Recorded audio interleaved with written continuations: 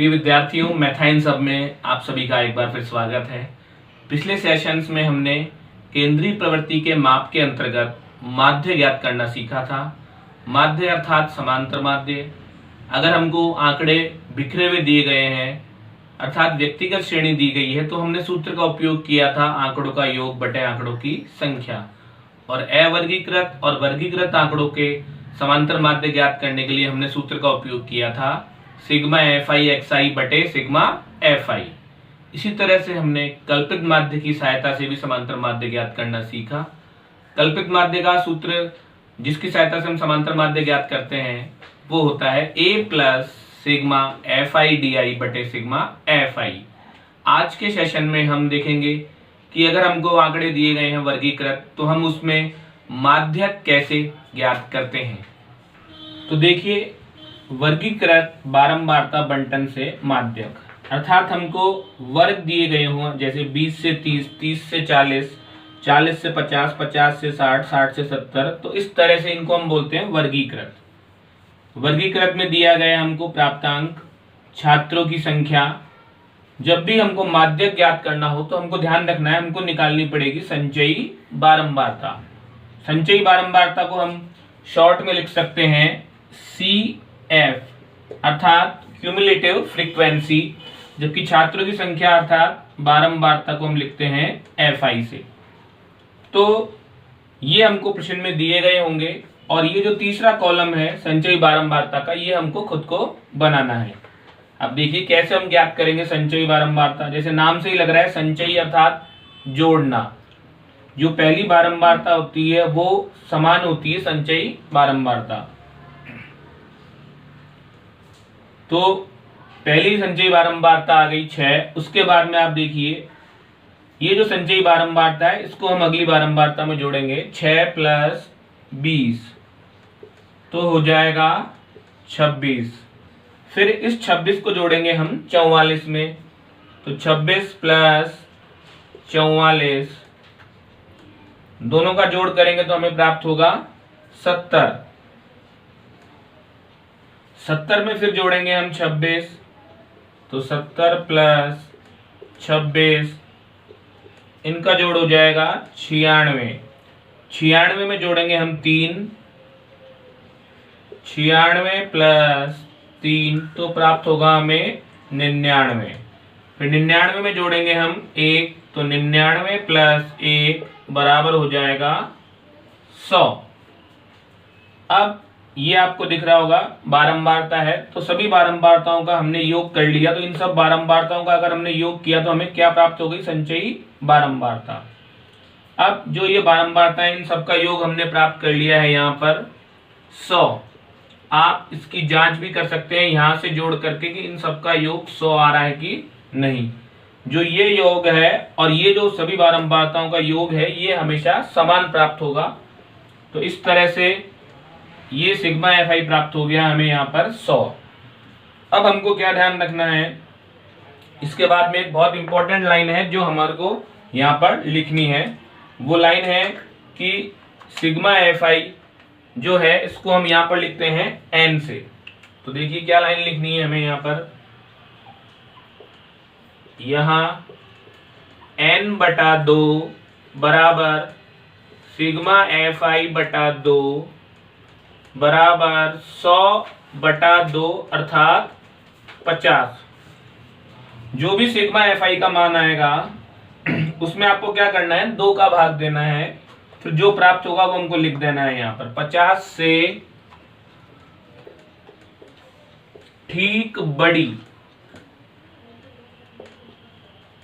बड़ी जो संचयी बारंबारता है अर्थात CF है। देखिए यहाँ पर 50 से ठीक बड़ी संचयी बारंबारता 70 है। तो यहाँ पर आपको निशान लगा लेना है, इधर भी और यहाँ पर वर्ग बने हुए हैं यहाँ पर भी। 70 के संगत, इसके ठीक संगत देखिए जो वर्ग होगा वही कहलाएगा हमारा माध्यक वर्ग। माध्यक वर्ग 40 से 50 है। तो ये माध्यक वर्ग आपको बिल्कुल सही ज्ञात करना है, इसमें कोई भी गलती नहीं होनी चाहिए, क्योंकि जो हमारा उत्तर आएगा वो हमेशा माध्यक वर्ग के मध्य में ही आता है। अर्थात हमारा जो माध्यक प्राप्त होगा वो 40 से 50 के बीच में कोई संख्या प्राप्त होगी, ये आपको हमेशा ध्यान रखना है। ये लाइन लिखने के बाद में अब हम लिखेंगे माध्यक का सूत्र। तो देखिए माध्यक ज्ञात करने का जो सूत्र होता है,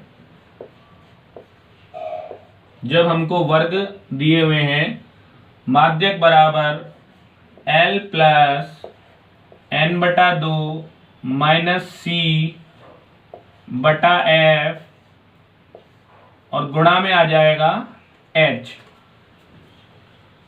ये सूत्र आपको याद रखना है। जब वर्गीकृत आंकड़े दिए गए हैं तो माध्यक इसी सूत्र से ज्ञात होगा। अब यहाँ पे देखिए ये जो शब्द दिए हुए हैं इनके मान हम कैसे ज्ञात करते हैं। यहाँ पर लिखा हुआ है L। L का मतलब होता है यहाँ पर माध्यक वर्ग की निम्न सीमा। ये जो L है ये जो हमारा माध्यक वर्ग है इसकी जो निम्न सीमा है अर्थात जो कम वाला मान है वही होता है L का मान। तो L हो गया 40।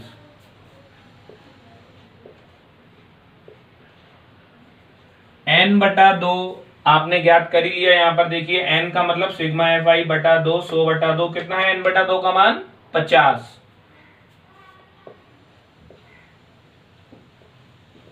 C का मतलब होता है जो माध्यक वर्ग है हमारा, ये पूरा इसके ठीक ऊपर वाली जो संचयी बारंबारता होती है, जो ठीक इसके ऊपर वाली है 70 के ठीक ऊपर वाली, वो कहलाएगा हमारा मान C का। तो C बराबर हम लिख सकते हैं यहां पर 26।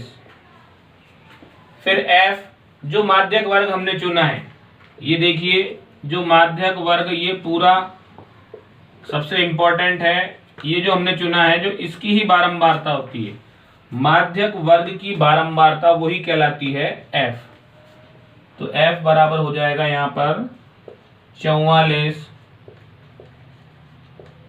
H का मतलब वर्ग अंतराल अर्थात दोनों में कितना अंतर है। ये निम्न सीमा होती है, ये उच्च सीमा होती है। इन दोनों में देखिए कितने का अंतर है, 50 में से 40 गए तो 10। तो H बराबर लिख देंगे हम 10। अब ये सब मान बहुत ध्यान से आपको इस सारणी से लिखने हैं और उसके बाद इनको इस सूत्र में रखना है। तो देखिए सूत्र में मान रख रहे हैं। अब L की जगह आ जाएगा 40 प्लस n बटा 2 अर्थात 50 माइनस C का मान है 26 बटे F का मान है 44 गुणा H का मान है 10। 40 प्लस 50 में से 26 गए तो बच जाएंगे 24। अब देखिए यहाँ पे 24 बचे और ये गुणा में 10 ऊपर ही लिखना है हमको, नीचे नहीं लिख देना है, बटे में 44। अब ये 24 और 44 देखिए कट रहे हैं हमारे, 4 छिक्के 24 और 4 एकम 4 और 4 एकम 4, तो बच गए हमारे पास में नीचे 11। अब 40 प्लस 10 छिक्के 60 बटे 11। 40 प्लस 60 में 11 का भाग दे देंगे, देखिए कितनी बार जाएगा, 11 पंजे 55।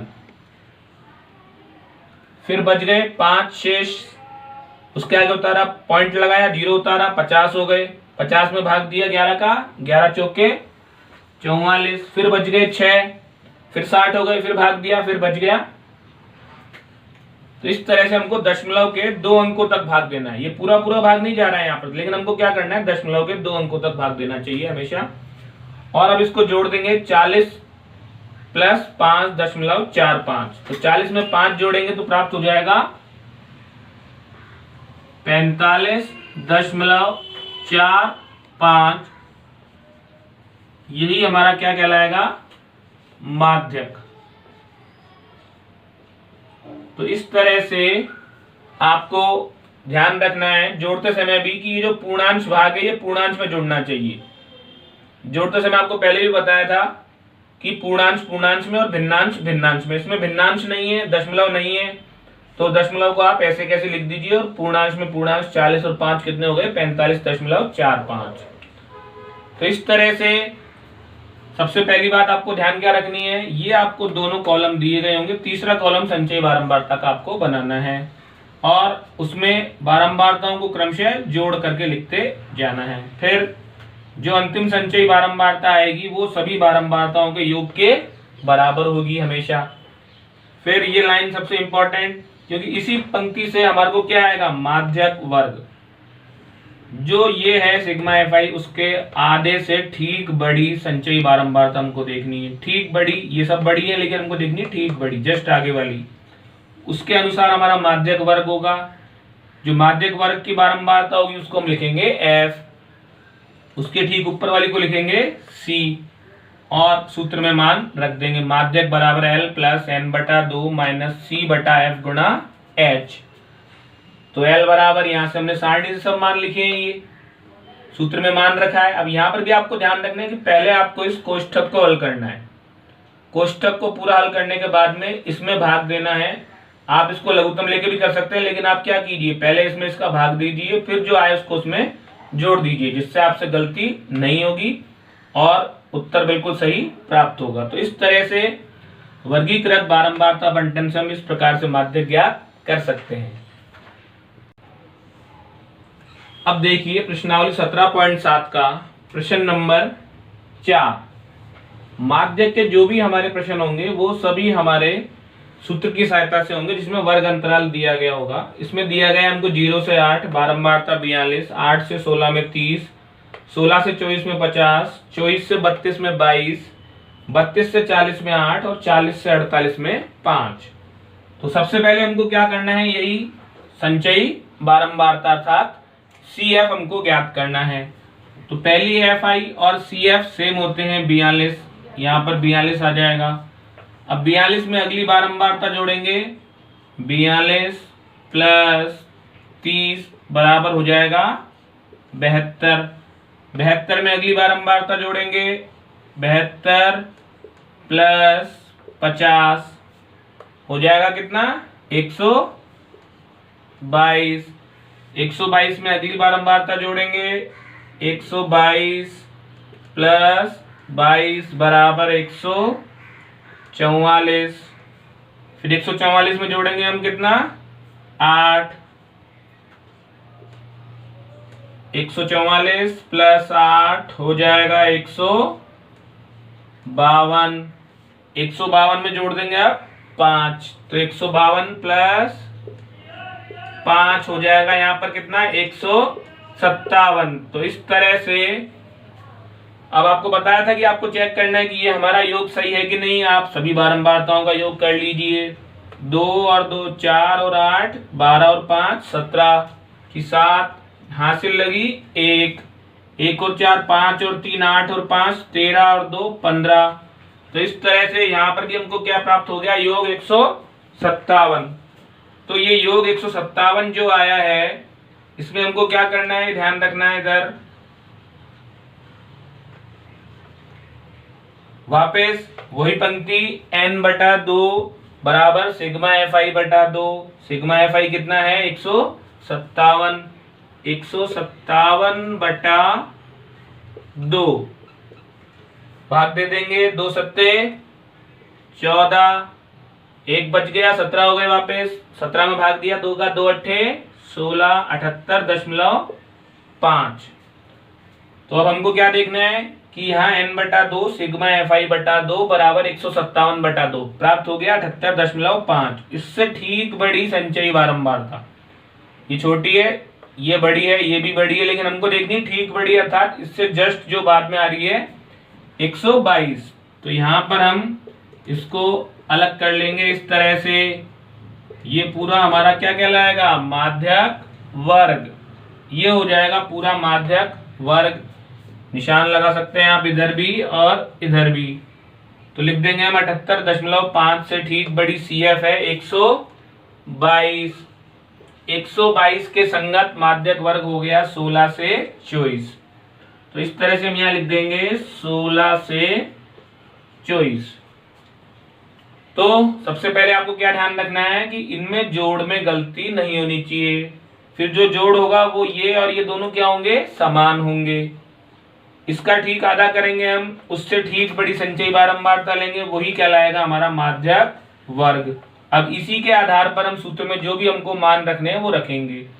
सूत्र आपको ध्यान रखना है। अब L मतलब माध्यक वर्ग की निम्न सीमा। ध्यान दीजिए, माध्यक वर्ग ये 1624 है, इसकी निम्न सीमा क्या हो गई, 16।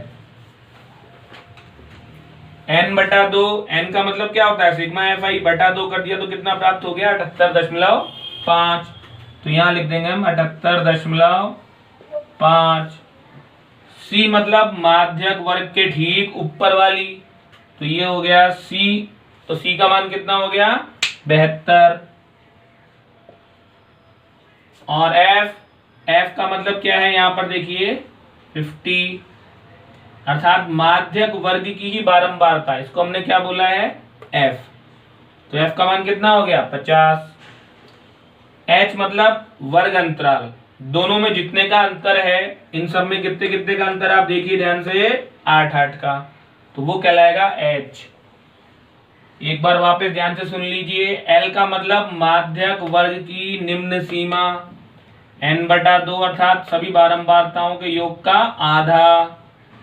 C मतलब माध्यक वर्ग के ठीक ऊपर वाली संचयी बारंबारता, F मतलब माध्यक वर्ग की बारंबारता, और H मतलब वर्ग अंतराल।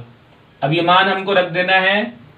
माध्यक को आप अंग्रेजी में जानते ही हैं, मीडियन बोलते हैं, तो इसलिए आप यहाँ पर शॉर्ट में लिख सकते हैं M। L की जगह लिख देंगे हम 16 प्लस n बटा 2 अर्थात 78.5 माइनस C का मान है 72, बटे में आ जाएगा कितना, यहाँ पर देखिए F का मान है 50 और गुणा में है H अर्थात कितना है यहाँ पर 8। इस तरह से यहाँ पे लिख देंगे हम 16 प्लस 78.5 में से कितने घटाएंगे, 72, तो कितना बच जाएगा, यहाँ पर 6 बच जाएगा। 6.5 गुणा 8 बटे हो जाएगा 50, तो 6.5 गुणे 8 बटे 50। अब पहले हमको इसको ही हल करना है, गुणा कर लेंगे, 8 पंजे 40 की 0 हासिल लगी, 4 8 छिक्के 48, 48 और 4 52। और एक अंक से पहले क्या लगाना है हमको, दशमलव। ये ध्यान रखना है, इकाई की तरफ से हमेशा दाईं तरफ से दशमलव लगाना है। एक अंक से पहले 52.0 बटे में आ जाएगा 50। 16 प्लस 52.0 अर्थात 52 में हमको क्या करना है, 50 का भाग देना है। तो 50 से कम 50, एक बार चला गया भाग, फिर बचेंगे कितने, 2 में भाग नहीं जाएगा तो दशमलव लगाएंगे, उसके आगे उतारेंगे 0 तो हो जाएगा 20। 20 में भी 50 का भाग नहीं जाने वाला है, तो क्या लगानी पड़ेगी, भाग टूट की 0, तो यहाँ लग जाएगा 0 और 20 के आगे एक और 0 हो जाएगी, तो कितना हो जाएगा, 200। 200 में 50 का भाग देंगे तो 50 चौके 200, तो इस तरह से प्राप्त हो जाएगा हमें 52 में 50 का भाग देने पर 1.04। ध्यान दीजिए, आपको ये रफ में भाग देके करके देखना है, मौखिक करने की जरूरत नहीं है, गलत हो सकता है, गलती हमको नहीं करनी है, भले ही आप लिखित काम करिए लेकिन गलत नहीं होना चाहिए। तो 52 में 50 का भाग देंगे, कितना प्राप्त होगा, 1.04। अब पूर्णांश 1 है इसका है 16, दशमलव भाग इसमें नहीं है, तो 16 में 1 जोड़ देंगे 17.04। इसलिए जो माध्यक है वो प्राप्त हो गया हमें 17.04। तो यही हमारा क्या है, उत्तर। तो इस तरह से देखिए, वर्गीकृत बारंबारता बंटन, वापस वर्ग दिए हुए हैं, बारंबारता दी हुई है, क्या ज्ञात करेंगे, संचयी बारंबारता। ये लाइन सबसे इंपॉर्टेंट, क्योंकि इससे ही क्या आएगा, माध्यक वर्ग। फिर सूत्र में मान रखना है सारणी को ध्यान से देखते हुए, और यहाँ पर पहले आप भाग देके प्राप्त कर लीजिए और उसमें इसको जोड़ दीजिए। तो इस प्रकार आज के सेशन में हमने वर्गीकृत बारंबारता बंटन से माध्यक किस प्रकार ज्ञात किया जाता है ये देखा है। तो इसमें आपको ध्यान रखना है कि जो हमारा माध्यक वर्ग होगा हमारा उत्तर भी उसी के मध्य में आएगा। सबसे इंपॉर्टेंट बात यही है, तो इसलिए आपसे गलती इसमें नहीं होनी चाहिए, क्योंकि आपको ध्यान हो जाएगा कि आपका उत्तर माध्यक वर्ग अगर 30 से 40 है तो 30 से 40 के मध्य में आ रहा है, 50 से 60 है तो उसके मध्य में आ रहा है। तो इस प्रकार से आपको ये सूत्र भी याद रखना है, क्योंकि जो अगला वीडियो होगा, अगला सेशन होगा, उसमें हम ज्ञात करेंगे बहुलक और उसमें एक नया सूत्र काम मिलेंगे। तो इस तरह से इस पूरी प्रश्नावली को जो माध्यक पर आधारित है आप इसके सवाल कीजिए और उदाहरण अपनी कॉपी में कीजिए। धन्यवाद।